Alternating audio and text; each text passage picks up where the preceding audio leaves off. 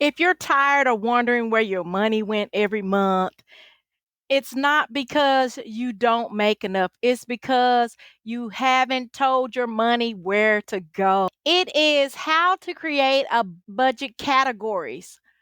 And we're going to use zero-based budgeting because I told y'all that's the best method. You're taking your power back as a woman of God, back as a kingdom member, back, taking your power back as a believer. And I want to welcome you all to my channel. My name is Jackie D. McKeever. Okay, so I'm going to give you some budgeting tips. Okay, and we're going to talk about specifically creating budget categories. Okay, so why does it matter whether you have categories? So, one of the reasons why it matters if you put it in a category is it helps you not only assign each dollar, each dollar an assignment, it helps you be more responsible. It's like, okay, you're breeding animals. Okay, so let's say you got a bunch of dogs, you're a dog breeder. It helps you keep track of who belongs to who, what puppy belongs to what dogs. Okay, and those are the categories. So when something comes up, money comes in, okay, these are the expenses that I have. These are the plans that I have. It helps you be a good steward over your money. Okay. And we're operating in faith. So people, when we operate in faith, baby, we become a good steward and what God blessed us with. Most people budget in their head. That is a great way to failure. You heard me. Okay. How do I know? I freed myself of over $205,000 of debt. Okay. Because I didn't want to see it no more. But it actually happened. And I freed myself. And I'm here to tell you it started by learning how to be a good steward of what you have. And creating categories helps you be a good steward. You're tending to the sheep. Okay, which is a good thing because budgeting categories help you focus to see where your money going to. Okay, especially if you're not really a big numbers person like me, it helps you visualize. Okay, this little piggy went to market, this little piggy stayed home, and so forth. You see how it went from dogs to sheep to piggies? Anyway, keep watching this video to the end. You're going to learn more. But you'll get to be able to visualize where your money actually went, okay? And so I want to talk a little bit more about zero-based budgeting. Okay, so zero-based budgeting means you're taking your income, you're subtracting all your expenses to make zero at the end.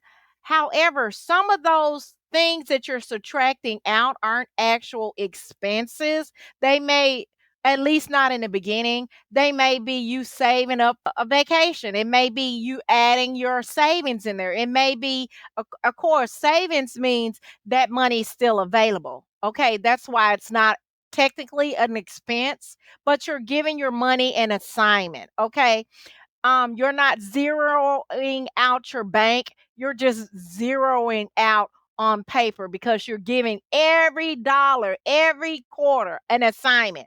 You go to bills, you go to savings, you go to sinking funds, you go to debt, you go to business, all of it. Okay. And this is actually budgeting 101. I have more on a budget, and I'm going to put a few videos down at the bottom. And of course, I'm going to put a playlist to follow this video that talks more about budgeting. So, the core budgeting categories you want to start with your giving and tithing. Your housing, okay? The housing and the things that are you putting in the house is like the rent, the utilities, the insurance. You can have a category for transportation, and things that involve transportation is the gas, maintenance, and if you don't have a vehicle, it may be the bus, the train, or Uber. Then there's the food category, and you may have, so these categories can actually have subcategories because with food you want to have, the food you might use, you fix at home. and the food that you eat out, okay? Because we want to treat ourselves. We don't want to feel like we're prisoners. You want to give yourself something to look forward to, okay? Eat out every now and then. Come on through. Anyway, um, then there's debts. Maybe you want to set up a debt management program for yourself and you want to set aside this money for debt.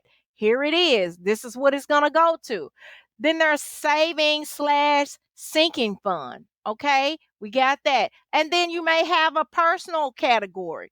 That's the hair, the nails, the wigs, whatever you buy that's personal, you want to put down in that column. Okay.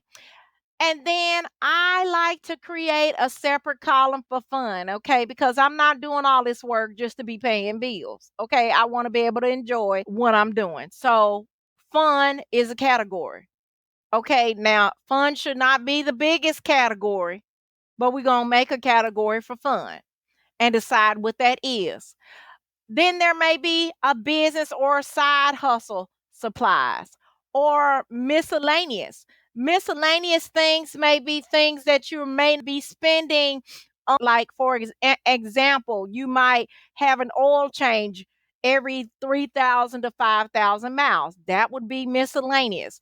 Or you may have to pay to get your tags renewed. That is a miscellaneous expense because you're not having it at a regular period. But those are 10 categories you can start with today. So you want to track your expenses. Okay. Track your expenses, track your spending. Because this is the part that changes your life. This is where you become the lender and not the borrower. This is where you begin to walk like God intended you to walk and be a good steward over what you have. Be a good steward financially. Okay. You can use additional tools you can use is you can use an expense tracker. You can use a budget notebook. You could use an Excel worksheet. I've often used Excel note worksheet. I've used a pen and pencil, old school. I've done a couple of methods to freeing myself of over $205,000 in debt. But what matters is consistency. You want to set a schedule like every Thursday. You know your check comes Friday. You want to look at your expenses on Thursday to say, hey, these are my category. This is what due. This is what I'm going to have to figure out how I'm going to pay. And then on Friday, you're going to look at your budget again and assign that money in those categories. Keep it simple, baby. Here's some budgets tips for staying consistent. You want to name every dollar before your money comes in. You want to have realistic categories, not fantasy ones. You want to separate the groceries and eating out. You want to review it weekly or however your money follows. If you get paid weekly, baby, you need to do your categories, your budget weekly. If you get paid monthly, that's once a month. If you get paid bi-weekly every 2 weeks, you need to be going through it. Okay. But in the beginning, I always suggest if you're just starting out that you do it weekly. Why? Because you're establishing a routine. You're trying to build consistency. So if you haven't, if you've been discouraged by a failed budget and it wasn't for you, listen, the zero-based method and creating budget categories is the thing for you to try. Listen, if you are trying it, I want you to come back to this video. Make sure you like and save the video and tell me how it's going. Tell me how it's working and tell me what are the things that you're having problems with. Put it down in the comments because together, by sharing our information, by sharing our tips and tricks, listen, we help each other grow and both be great stewards of our financial, the way God